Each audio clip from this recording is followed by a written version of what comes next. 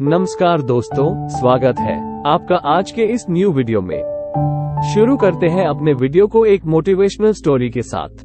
एक गांव में 3 लड़के रहते थे जिनके नाम राम, श्याम और राजू थे। तीनों के पिता काफी अमीर थे। तीनों का बचपन बहुत अच्छी तरह से गुजरा था। उनके माता पिता कभी भी उनकी कोई भी मांग को अनदेखा नहीं करते थे। राम के पिता सरपंच थे, श्याम के पिता एक कारोबारी थे और राजू के पिता एक किसान जमींदार थे। छोटी उम्र से ही उन सबको लाड़ प्यार ने ऐसा बना दिया था कि ना तो उनको मेहनत का पता था और ना ही उनको समय की परवाह थी। अक्सर वे सारा दिन बस घूमते रहते थे। नशे और अन्य भोगविलास में डूबे रहते थे, जिससे उनके गांव वाले भी दुखी थे। सरपंच और बड़े लोगों के बच्चे होने के कारण उनकी कोई शिकायत कर पाने की हिम्मत नहीं कर पाता था, जिससे उनका मनोबल और बढ़ गया था। एक दिन उनके गांव में बहुत तेज बारिश हुई, जिससे सब लोगों को नुकसान हुआ, जिसमें इन तीनों के पिता भी थे। लेकिन इतना कुछ होने के बाद भी उनके बेटों का वही हाल था। वो बस घूमते रहते, नशा करते, भोगविलास करते रहते थे। माँ बाप काफी चिंतित रहा करते थे।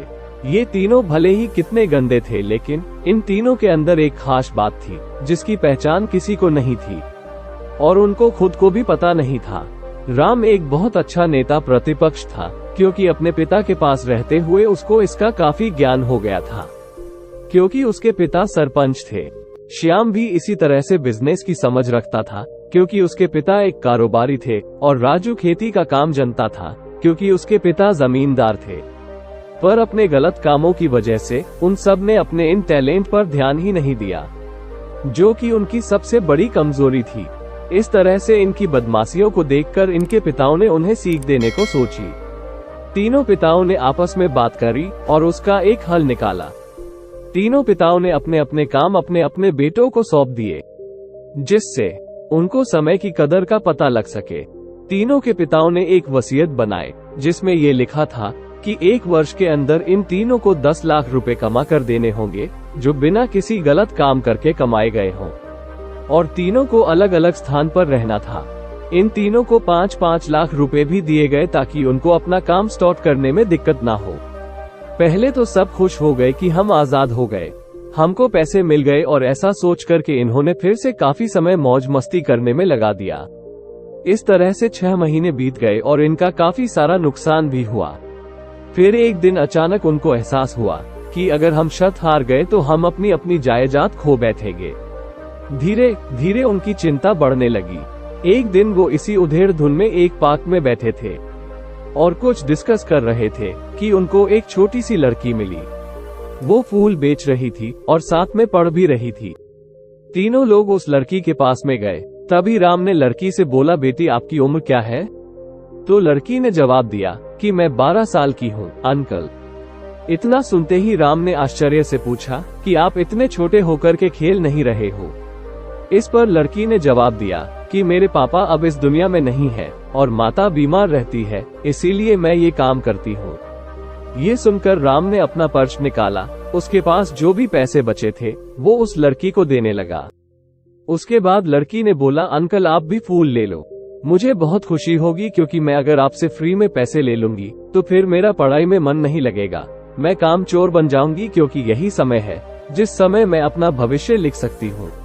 राम ने उस लड़की से सारे फूल ले लिए और तीनों घर लौट आए। उस फूल वाली लड़की का उन तीनों लड़कों पर बहुत गहरा प्रभाव पड़ा। रात भर वो तीनों दोस्त उस बच्ची के बारे में सोचते रहे और उन्हें एहसास हुआ कि वो तीनों कितने गलत थे। तीनों ही दोस्तों को एहसास हुआ कि आज भी उनके पास 6 महीने का समय है अपने पिता के दिए गए काम को पूरा करने का और भविष्य बनाने का। इसी दौरान राम ने सोचा कि अगर बचे हुए समय का सही उपयोग करें तो अभी भी बहुत कुछ किया जा सकता है। इस तरह बाकी दोस्तों ने भी सोचा और दूसरे समय में आकर काम तलाशने लगे। पर उनके शर्त में एक शर्त ये भी थी कि उनको जो भी काम करना है वो अपनी पहचान बताए बिना करेंगे, जिससे ये साफ था कि उनको काम नहीं मिला। और जब काम नहीं मिला तो उन्होंने सोच लिया कि अब वो अगर कुछ भी करेंगे तो अपने गांव में जाकर ही काम करेंगे। भले ही उनके पिता कुछ भी सोचे, लेकिन फिर भी अपने गांव में जाएंगे और अपने गांव में कुछ नए काम करेंगे। भले ही उनको अपने पिता के वसीयत ना मिले, तीनों लड़के अपने गांव में फिर से आए और अपने अपने पिताओं से जाकर के मिले और उन्होंने अपने अनुभव के बारे में बताया और बोले कि वो आगे से ऐसी गलती नहीं करेंगे और वो उन्हें माफ कर दे। लेकिन पिता तो शर्त पे ही अड़े थे, इसलिए लड़कों को कोई दया नहीं मिली। तीनों को फिर से दुख हुआ कि तीनों को अपनी गलती की एहसास होने के बाद भी उनके पिता उनका सपोर्ट नहीं कर रहे हैं। और फिर से वो रात भर सोचते रहे कि अब क्या किया जाए। तीनों ने मिलकर एक स्कीम निकाली। राम अपने मित्रों के साथ में मिलकर लोगों की प्रॉब्लम को सुलझाने लगा, जिससे उसको गांव की समस्याओं का ज्ञान हुआ। इसी तरह श्याम भी गांव के विकास के लिए नए नए तरीके सीख गया और राजू को किसानों और बीजों का ज्ञान हो जाने से उसको काफी फायदा हुआ। तीनों ने मिलकर अपने बाकी पैसों को सही ढंग से सही जगह लगाकर गांव को एक नया रूप दे दिया। उनकी कड़ी मेहनत से गांव के लोग क्या, दूसरे शहरों में के लोग भी उनकी तारीफ करने लगे। उनका गांव तरक्की करने लगा।